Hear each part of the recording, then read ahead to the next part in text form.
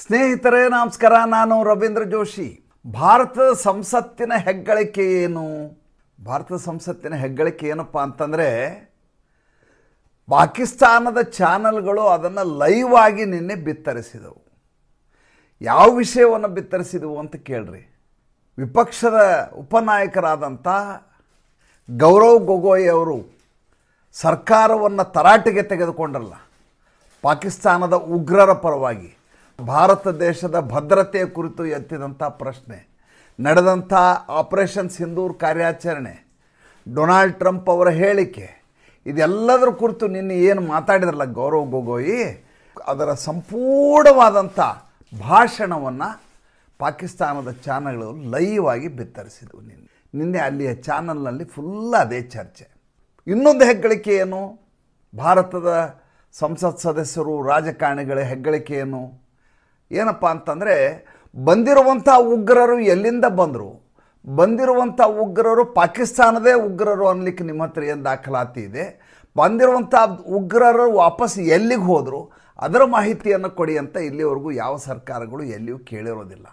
ಅದನ್ನು ಭಾರತ ದೇಶದ ರಾಜಕಾರಣಿಗಳು, ಭಾರತ ದೇಶದ ಸಂಸದರು, ಭಾರತ ದೇಶದ ಮಾಜಿ ಗೃಹ ಸಚಿವರು ಪ್ರಶ್ನೆಯನ್ನು ಕೇಳಿದರು. ಅದು ನಿನ್ನೆ ಪಾಕಿಸ್ತಾನದಲ್ಲಿ ಚರ್ಚೆ.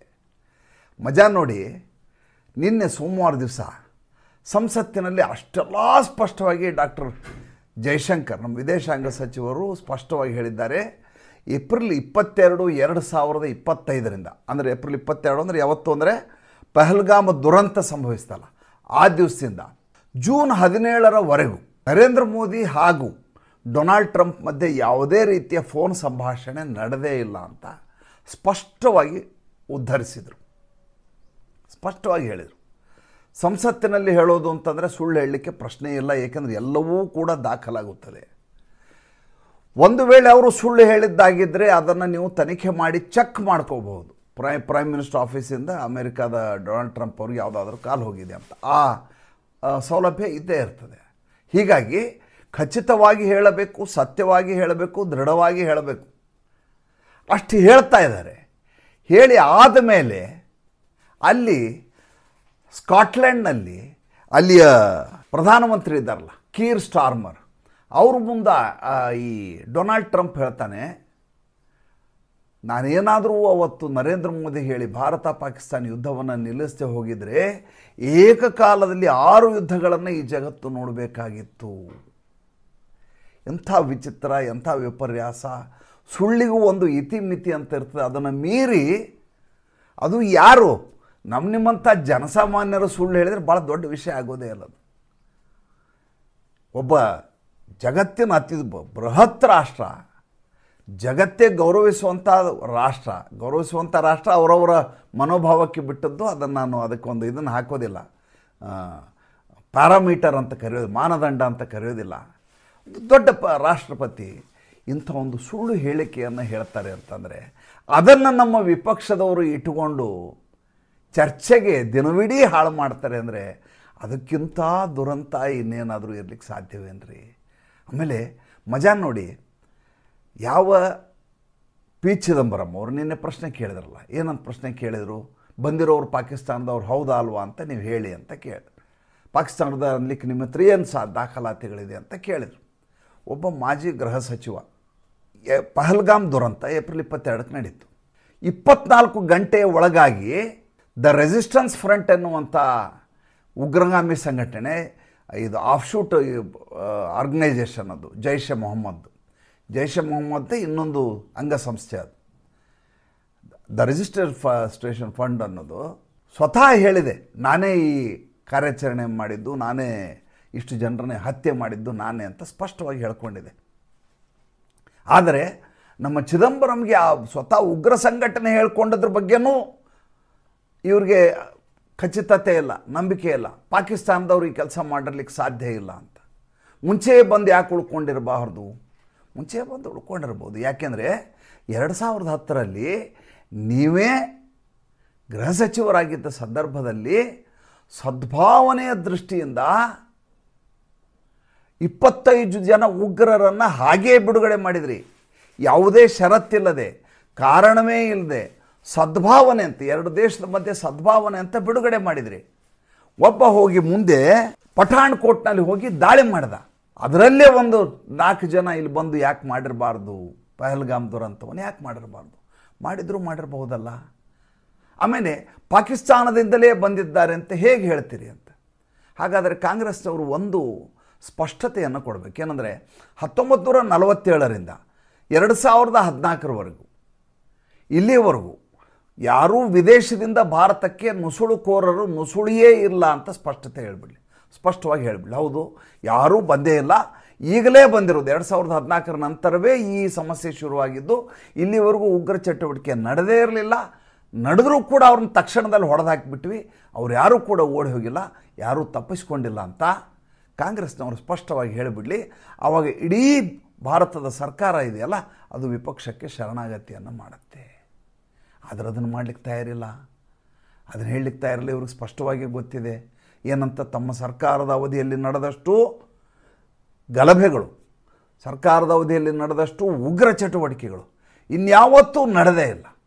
ಕಾಕತಾಳೀಯ ನೋಡ್ರಿ, ಅದೇ ಸಂದರ್ಭದಲ್ಲಿ ನಿನ್ನೆ ಯಾವ ಪಹಲ್ಗಾಮ್ ದುರಂತಕ್ಕೆ ಕಾರಣೀಭೂತರಾದಂಥ 3 ಜನ ಉಗ್ರರೇನಿದ್ರು, ಅದರಲ್ಲಿ ಒಬ್ಬ ಬಾಗ್ಚಿ ಅಂತ ಏರಿಯಾ ಹೆಸರು, ಬಾಗ್ಚಿನಲ್ಲಿ ಆತನ ಹೆಸರು ಹಾಶಿಮ್ ಮೂಸಾ ಅಂತೀವಿ ನಾನು, ಸುಲೇಮಾನ್ ಅಲಿಯಾಸ್ ಹಾಶಿಮ್ ಮೂಸಾ. ಈತನೇ ಮಾಸ್ಟರ್ ಮೈಂಡು, ಈತ ಮತ್ತು ಇನ್ನಿಬ್ಬರು. ಇವರು ನೋಡಿ, ಏಪ್ರಿಲ್ 22ರಿಂದ ಇಲ್ಲಿಯವರೆಗೂ ಮೊದಲನೇದಾಗಿ ಇವತ್ತು ಮಂಗಳವಾರ ದಿವಸ ಅಮಿತ್ ಶಾ ಅವರು ಸ್ಪಷ್ಟವಾಗಿ ಲೋಕಸಭೆಯಲ್ಲಿ ಹೇಳಿದರು. ಏನಂತಂದರೆ, ನಾವು ಮಾಡಿದ ಮೊದಲ ಕೆಲಸ ಏನು ಅಂತಂದರೆ, ಈ ಉಗ್ರರು ಯಾರು ಈ ದಾಳಿಯನ್ನು ಮಾಡಿದಾರಲ್ಲ ಏಪ್ರಿಲ್ 22ಕ್ಕೆ, ಅವರು ದೇಶವನ್ನು ಬಿಟ್ಟು ಹೋಗಿರಬಾರ್ದು. ಅದು ಮೊದಲು ಅದನ್ನ ಗಟ್ಟಿ ಮಾಡಿಬಿಡಿ, ಅವ್ರನ್ನ ಫೆನ್ಸ್ ಮಾಡಿಬಿಡಿ, ಎಲ್ಲಿಯೂ ಪಾಸ್ ಆಗಿರಬಾರ್ದು, ಅದು ಮಾಡಿ.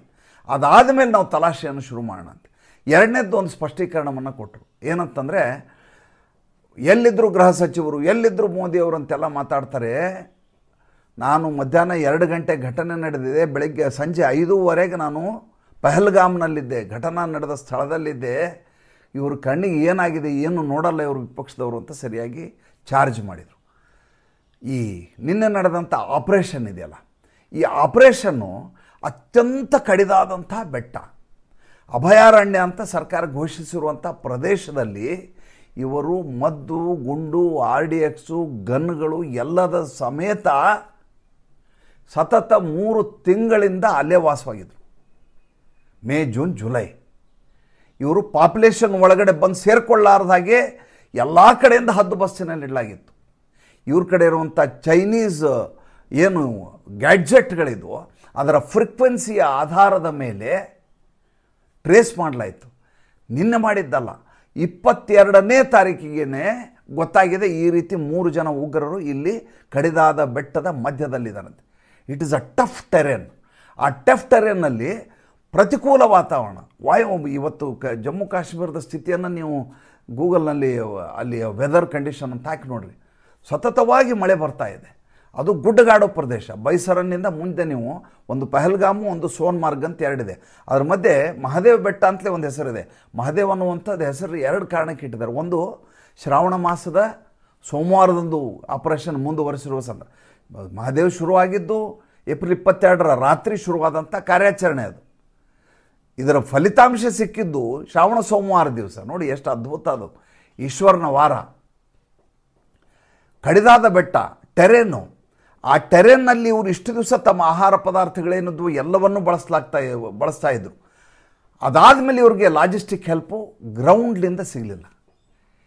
ಈ ಗ್ರೌಂಡ್ ವರ್ಕರ್ಸ್ ಅಂತೇನು ಇವರು ಬಳಸ್ಕೋತಾ ಇದ್ರು, ಮುಂಚೆ ಏನು ಮಾಡಿದ್ರು, ಮಾಡಿಕೊಂಡು ತಿಂಗಳಗಟ್ಟಲೆ ವ್ಯವಸ್ಥೆ ಮಾಡಿಕೊಂಡು ತಯಾರಿ ಮಾಡಿಕೊಂಡು ಬಂದು 3 ದಿವಸ ಮುಂಚೆ ಬಂದು ಇಳ್ಕೊಂಡು ಎಲ್ಲ ಮಾಡಿದ್ರಲ್ಲ, ಆ ರೀತಿಯ ಸೌಲಭ್ಯ ಈಗ ಅವ್ರಿಗೆ ಸಿಗಲಿಲ್ಲ. ಕಾರಣ, ಒಂದು ಪ್ರತಿಕೂಲ ವಾತಾವರಣ, ಎರಡನೇದು ಇವರು ಇರ್ತಾ ಇರೋದು ಟಫ್ ಟೆರೇನ್ನಲ್ಲಿ. ವಾಪಸ್ಸು ಪಾಪ್ಯುಲೇಷನ್ಗೆ ಬಂದು ಈ ಸಾಮಾನುಗಳು ತೊಗೊಂಡು ಹೋಗಲಿಕ್ಕೆ ಸಾಧ್ಯ ಇಲ್ಲ. ಆ ಮಟ್ಟಿನ ಭದ್ರತಾ ವ್ಯವಸ್ಥೆ ಇದೆ. ಒಂದು ಕಡೆ CRPF, ಮತ್ತೊಂದು ಕಡೆ BSF, ಇನ್ನೊಂದು ಕಡೆ ಜಮ್ಮು ಕಾಶ್ಮೀರ ಪೊಲೀಸು. 3 ಜನ ಏಕಕಾಲಕ್ಕೆ ಅಡರಿರೋದು ಇವ್ರ ಮೇಲೆ. ಕೊನೆಗೆ ವಿಧಿ ಇಲ್ಲದೆ ಫ್ರೀಕ್ವೆನ್ಸಿ ಹಿಡ್ಕೊಂಡು ಕಳೆದ 6-7 ದಿವಸದಿಂದ ಒದ್ದಾಡ್ತಾ ಇದ್ರಂತೆ, ಹಿಡಿಯೋಕ್ಕೆ ಇವ್ರನ್ನ ಹೆಂಗಾರ ಮಾಡಿ ಬಿಡಬಾರ್ದು ಅಂತ. ಅದಾದಮೇಲೆ ಯಾವತ್ತೂ ನೆನ್ಪಿಟ್ಕೊಳ್ಳಿ, ಸೇನೆ ಹೊಡೆದು ಹಾಕಿದ ತಕ್ಷಣ ಯಾರಿವರು ಅಂತ ಸ್ಪಷ್ಟನೆಯನ್ನು ಕೊಡೋದಿಲ್ಲ, ಸ್ಪಷ್ಟ ಚಿತ್ರಣವನ್ನು ಕೊಡೋದಿಲ್ಲ. ಅವರ ಸಂಪೂರ್ಣ ಮಾಹಿತಿಯನ್ನು ಕಲೆ ಹಾಕತ್ತೆ. ಏಕೆಂದರೆ ಈ ವಿಷಯ ಅಂತಾರಾಷ್ಟ್ರೀಯ ಮಟ್ಟದಲ್ಲಿ ನಾಳೆ ಯು ಎನ್ ಸೆಕ್ಯೂರಿಟಿ ಇದು ಇದೆಯಲ್ಲ, UNSC ಇದೆಯಲ್ಲ, ಸೆಕ್ಯೂರಿಟಿ ಕೌನ್ಸಿಲ್, ಅಲ್ಲೇ ಚರ್ಚೆಗೆ ಬರುತ್ತೆ. ಚರ್ಚೆಗೆ ಬಂದಾಗ ನಮ್ಮ ದೇಶದ ಒಬ್ಬ ನಾಗರಿಕರನ್ನು ಹೊಡೆದಿದ್ದೀರಿ ಅನ್ನುವಂಥ ಪ್ರಶ್ನೆ ಬಂದಾಗ ಇವರ ಬಳಿ ದಾಖಲಾತಿಗಳಿರಬೇಕಾಗತ್ತೆ. ಆದ್ದರಿಂದ ಹೊಡೆದ ವ್ಯಕ್ತಿ ಯಾರು, ಆತ ಯಾವ್ಯಾವ ಕಾರ್ಯಾಚರಣೆಯನ್ನು ಮಾಡಿದ್ದ ಅನ್ನುವಂಥ ಮಾಹಿತಿಯನ್ನು ಕಲೆ ಹಾಕಲಾಗತ್ತೆ. ಅದಾದ ಮೇಲೆ ಅದರ ಕುರಿತಾಗಿ ಮಾಹಿತಿಯನ್ನು ಹೊರಗಡೆ ಕೊಡಲಾಗತ್ತೆ. ನಿನ್ನೆ ಸಂಜೆ 4 ಗಂಟೆಗೆ ಪ್ರೆಸ್ ಮೀಟು ಅಂತ ಹೇಳ್ತು ಇಂಡಿಯನ್ ಆರ್ಮಿ. ನಾನು ಕಾಯ್ಕೊಂಡು ಕೂತಿದ್ದೆ, ಬಂದ್ಬಿಡುತ್ತೆ ಅಂತ. 4 ಆಯಿತು, 4:15 ಆಯಿತು, 5 ಆಯಿತು, ಮಾಡಲಿಲ್ಲ. ಯಾಕೆಂದರೆ ಇದರ ಕುರಿತಾದಂಥ ಸ್ಪಷ್ಟವಾದ ಚಿತ್ರಣ ಇಲ್ಲದೆ ಹೋದರೆ ಸುಮ್ಮನೆ ಮಾಧ್ಯಮಕ್ಕೆ ಯಾವ ವಿಷಯ ಕೊಡೋಕ್ಕಾಗೋದಿಲ್ಲ. ರಾಜಕಾರಣಿಗಳ ಥರ ಸೈನ್ಯದವ್ರು ಕೆಲಸ ಮಾಡಲಿಕ್ಕಾಗೋಲ್ಲ. ಸೈನ್ಯ ಯಾವತ್ತೂ ಸರ್ಕಾರದ ಅಧೀನದಲ್ಲಿ ಕೆಲಸ ಮಾಡುತ್ತೆ, ಆದರೆ ಸರ್ಕಾರದ ರೀತಿ, ರಾಜಕಾರಣಿಗಳ ರೀತಿ ಕೆಲಸ ಮಾಡಲಿಕ್ಕಾಗೋದಿಲ್ಲ ಅವರಿಗೆ. ಅವ್ರದ್ದೇನಿದ್ರು ನಿಷ್ಪಕ್ಷಪಾತವಾಗಿ ತಾವು ಏನು ಟಾರ್ಗೆಟ್ಟು, ಯಾವ ಆಪರೇಷನ್ಗಳಿದೆ ಆಪರೇಷನ್ ಮಾಡ್ತಾರೆ ವಿನಃ ಇದರಿಂದ ಕಾಂಗ್ರೆಸ್ಗೆ ಏನು ಲಾಭ, BJPಗೆ ಏನು ಲಾಭ, ಅವ್ರಿಗೆ ಯಾವ ಸರ್ಕಾರ ಬಂದರೆ ಏನೂ ಇಲ್ಲ. ಇಲ್ಲಿರೋದು ಒಂದೇ ಏನಪ್ಪ ಅಂತಂದರೆ ಸರ್ಕಾರದ ಸಂಕಲ್ಪದ ಮೇಲೆ ಸೈನ್ಯದ ಚಟುವಟಿಕೆಗಳು ನಡೀತವೆ. ಇವತ್ತಿಷ್ಟೆಲ್ಲ ಮಾತಾಡ್ತಾ ಇದ್ದಾರಲ್ಲ ಇವರು, ಯಾರು ಪಿ ಚಿದಂಬರಂ ಅವರು ಒಂದು ಮಾತನ್ನು ಹೇಳಿ, ಅವತ್ತು ಬಂದು ರೆಕ್ಕಿ ಮಾಡ್ಕೊಂಡು ಹೋದರು ಬಾಂಬೆ ಬ್ಲಾಸ್ಟ್ ಮಾಡೋಕ್ಕಿಂತ ಮುಂಚೆ. ರೆಕ್ಕಿ ಅಂದರೆ ಹೋಗಿ ಜಾಗಗಳನ್ನ ಪರಿಶೀಲನೆ ಮಾಡೋದಕ್ಕೆ ರೆಕ್ಕಿ ಅಂತ ಕರೀತಾರೆ. ಡೇವಿಡ್ ಹೆಡ್ಲಿ ಅವರೆಲ್ಲ ಬಂದು ರೆಕ್ಕಿ ಮಾಡ್ಕೊಂಡೋದ್ರು. 15 ಜನ ಬಂದಿದ್ದರು. ಯಾವ ರೀತಿ ಕಾರ್ಯಾಚರಣೆ ಮಾಡಬೇಕು, ಹೇಗೆ ಜನನಿಬಿಡ ಪ್ರದೇಶದಲ್ಲಿ ಭಾಳ ದೊಡ್ಡ ಮಟ್ಟದ ದಾಂಧಲೆಯನ್ನು ಸೃಷ್ಟಿ ಮಾಡಬೇಕು, ಸಾವಿರಾರು ಜನ ಸಾಯೋ ಹಾಗೆ ಮಾಡಬೇಕು ಅಂತ VT ರೈಲ್ವೆ ಸ್ಟೇಷನ್ನು, ಬೇರೆ ಬೇರೆ ಜಾಗಗಳು, ಅದರ ನಿಮಗೆ ಗೊತ್ತು ಯಾವ ಸರಣಿ ಸ್ಫೋಟ ಆಯಿತು ಅಂತ, ಅದೆಲ್ಲವನ್ನ ಪ್ಲ್ಯಾನ್ ಮಾಡಿದರು. ಆವಾಗ ಎಲ್ಲಿಂದ ಬಂದರು ಅದಕ್ಕೆ ಪಿ ಚಿದಂಬರಂ ಹೇಳಬೇಕಲ್ವಾ. ಮುಂಚೆ ಬಂದು ಇಲ್ಲೇ ವಾಸಿಸಿ ಇಲ್ಲಿ ವೀಸಾ ಆಫೀಸನ್ನು ತೆಗೆದು ಕೂತ್ಕೊಂಡಿದ್ರು, ಹೆಂಗೆ ಕೂತಿದ್ರು ಅದ್ರ ಬಗ್ಗೆ ಹೇಳಬೇಕಲ್ವಾ. ಇವರು ಗೃಹ ಸಚಿವರಾದ ಸಂದರ್ಭದಲ್ಲಿ ನಡೆದಂಥ ಸ್ಫೋಟಗಳಿದಾವಲ್ಲ, ಒಂದಲ್ಲ ಎರಡಲ್ಲ, 100 ನಡೆದಿದ್ದಾವೆ. ಆಮೇಲೆ ಸಾವಿರಾರು ಜನರ ಸಾವಾಗಿದೆ, 1-2 ಅಲ್ಲ. ಅಷ್ಟು ಆಗಿದ್ದಕ್ಕೆ ಉತ್ತರದಾಯಿತ್ವವನ್ನು ಯಾವತ್ತೂ ಕಾಂಗ್ರೆಸ್ ತಗೊಳ್ಳೇ ಇಲ್ಲ.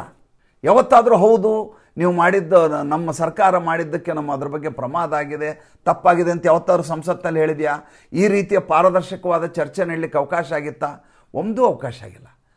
ಇದೆಲ್ಲವನ್ನು ಮೀರಿ ಇನ್ನೊಂದು ಹೇಳ್ಬಿಡ್ತೇನೆ, ಏನಪ್ಪ ಅಂತಂದರೆ ನಮ್ಮ DGM, ನಮ್ಮ DGAO ಮತ್ತು ನಮ್ಮ DGNO ಅಂದರೆ 3 ಸೇನೆಗಳೇನಿದಾವೆ, ಭೂಸೇನೆ, ವಾಯುಸೇನೆ, ನೌಕಾಸೇನೆ, 3 ಸೇನೆಯ ಹೆಡ್ಗಳಿಗೆ ಪತ್ರಕರ್ತರು ಪ್ರಶ್ನೆಯನ್ನು ಕೇಳ್ತಾರೆ. ಏನಂತ? ಎಷ್ಟು ವಿಮಾನಗಳು ಉರುಳಿದವು ನಮ್ಮವು ಅಂತ ಕೇಳ್ತಾರೆ. ಕೇಳಿದಾಗ ಅವಾಗ ಏನಂತ ಹೇಳಿದರು? ನಮ್ಮ ಎಲ್ಲ ಪೈಲಟ್ಗಳು ಸೌಖ್ಯವಾಗಿ ವಾಪಸ್ ಬಂದಿದ್ದಾರೆ ಅಂತ ಹೇಳಿದರು. ಅದರ ಅರ್ಥ ಏನು? ಒಂದೇ ಒಂದು ರಫೈಲು ಕೂಡ ನಮ್ಮದು ಪತನಗೊಂಡಿಲ್ಲ ಅಂತ ಅದರ ಅರ್ಥ.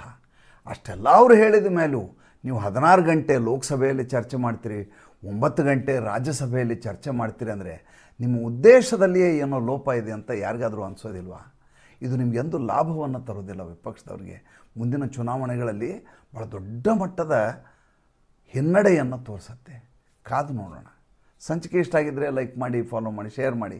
ದಯವಿಟ್ಟು ನಮ್ಮ ಮುಕ್ತ ಪತ್ರಿಕೋದ್ಯಮಕ್ಕೆ ಆರ್ಥಿಕವಾಗಿ ಬೆಂಗಾವಲಾಗಿ ನಮಸ್ಕಾರ.